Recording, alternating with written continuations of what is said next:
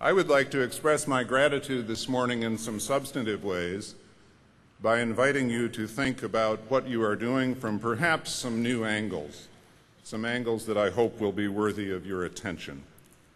And I want to begin that new angle by quoting from one of the most remarkable speeches, in my opinion, ever given on the floor of the U.S. Congress, given in 1990 by Václav Havel, then President of Czechoslovakia, now President of the Czech Republic, poet, playwright, prime mover of the 1989 Velvet Revolution that freed his country from communist domination.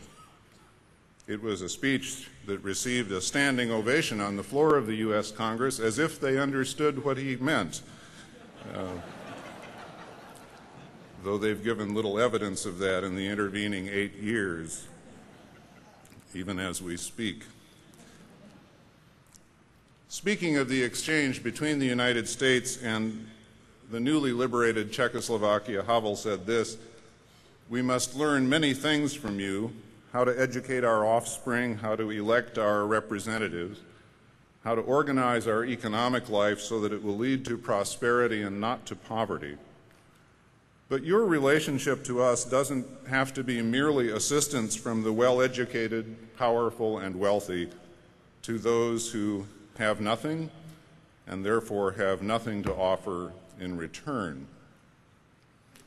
He then refers to his years under communist domination, under the sway of massive and seemingly immovable institutions, and says this: "A person who cannot move and lead a somewhat normal life because he is pinned under a boulder has more time to think about his hopes than someone who is not trapped that way. So we can offer you something: our experience of oppression and the knowledge that has come from it. The specific experience I'm talking about," he said, "has given me one certainty: consciousness precedes being, or matter, or the things of the world, and not the other way around, as the Marxists claim.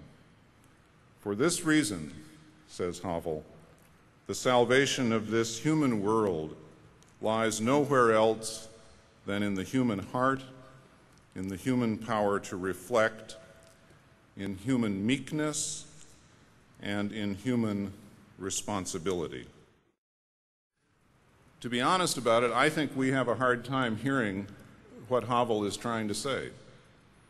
I think in our culture we hear the language of the heart as a kind of sentimentality or romanticism, a kind of soft and mushy thing compared to the hard, cold facts of managing systems, leveraging resources, retooling structures, etc. In fact, I think Havel was onto us.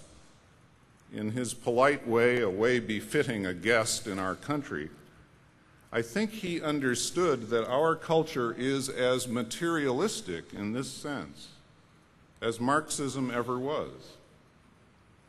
That, like Marxism, we place a lot of faith in the things of the world, in the external arrangements and the hard realities with which our work is surrounded.